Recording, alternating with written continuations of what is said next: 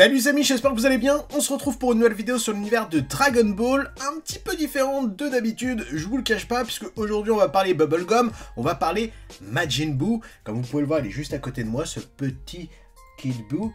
Buu pur.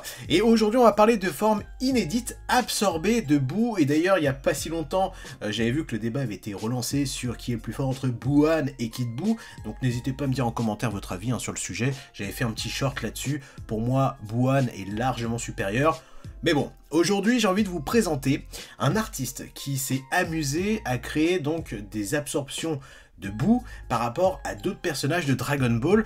Et d'ailleurs pour les vieux de la vieille qui ont connu Budokai 2, eh bien vous avez connu des formes inédites aussi par ce jeu. Et bien là aujourd'hui on va reprendre un petit peu la même thématique, et cet artiste en question c'est un artiste taïwanais que je suis depuis pas mal de temps sur Instagram. Je vais vous mettre le lien bien entendu en commentaire. Et vous allez voir que c'est plutôt magique ce qu'il présente, puisque c'est de l'autodérision et surtout eh bien, ça raconte une petite histoire de temps en temps. Et donc on va découvrir ça avec le premier personnage qui est Vegeta, qui se serait fait absorber par Buu. D'ailleurs, petit aparté avant de commencer, pour le débat Kid Buu versus Buuan, pourquoi ça avait été relancé, puisque sur Twitter on a la chance d'avoir un grand monsieur, Monsieur Koyama, qui était scénariste de l'anime Dragon Ball Z, qui a côtoyé Monsieur Toriyama pendant des années, et il y a quelqu'un qui avait eu le culot de lui poser la question, selon vous, qui est le plus fort entre Kid Buu et Buuan? Et il avait répondu, bien entendu, Buuan. Donc c'est vrai que les gens Kevin qui vont donner leur avis, leur débat, etc. Même moi je suis un Jean Kevin, tu vois, je suis pas l'auteur de Dragon Ball, et quand je vais donner mon avis c'est pas l'avis légitime, tu vois ce que je veux dire? C'est juste mon avis personnel, et c'est pour ça que ceux qui disent ouais mais il est personne, etc. C'est juste un mec qui a côtoyé Toriyama, le maître de l'œuvre, et donc je dis pas que sa parole a plus de valeur que Toriyama, mais elle a plus de valeur que la nôtre, puisqu'il a travaillé sur la licence Dragon Ball Z, donc forcément, voilà, il va pas dire de la merde, il va être quand même consciencieux sur ses réponses, puisqu'il a toujours, eh bien, cette affinité avec Toriyama. Donc c'est là où c'est intéressant, puisque Buuan, pour moi, forcément, il est forcément plus fort que Kid Buu. Imaginez 2 petites secondes si dans l'œuvre, Buu aurait absorbé Végétaux.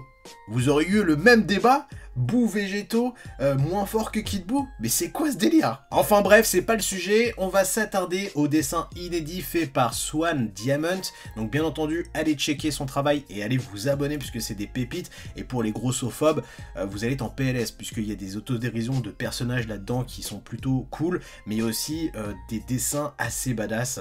Donc aujourd'hui, on va commencer donc par un petit Vegeta, donc qui se serait fait absorber donc par Buu. Et pour le coup, à chaque fois c'est très quali, donc on voit l'aspect Bubblegum qui arrive sur le personnage, et donc après qui se fait absorber, et on a la transformation, donc entre guillemets l'absorption de Buu avec le personnage en question. Et pour moi, sur le personnage de Vegeta, c'est très réussi. Donc on a avec l'armure Saiyan, donc c'est pas le Vegeta tenu arc-bout pour le coup, et pour le coup, bah, c'est vachement réussi. Et on termine à chaque fois la publication par le personnage en question absorbé dans le cocon de Buu.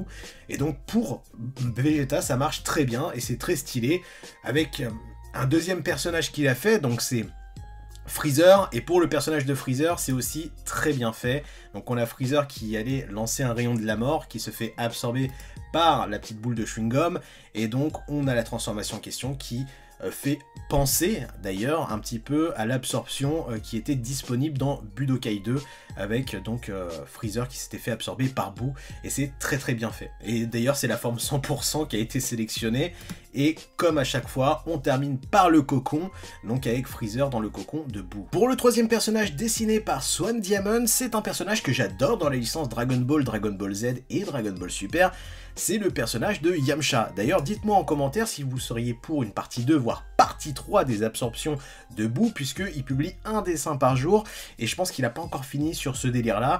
Donc le personnage de Yamcha est très réussi, d'ailleurs ça me fait penser un petit peu au style graphique de l'auteur qui avait dessiné le spin-off sur Yamcha, si je m'étais réincarné en Yamcha, et la forme Buu est juste incroyable, j'adore. Et d'ailleurs c'était une forme, si je dis pas de bêtises, qui était aussi présente dans Budokai 2, donc voilà, magnifique avec la petite cicatrice, etc. Est-ce qu'il aurait été pété ultra fort? Bien entendu que non.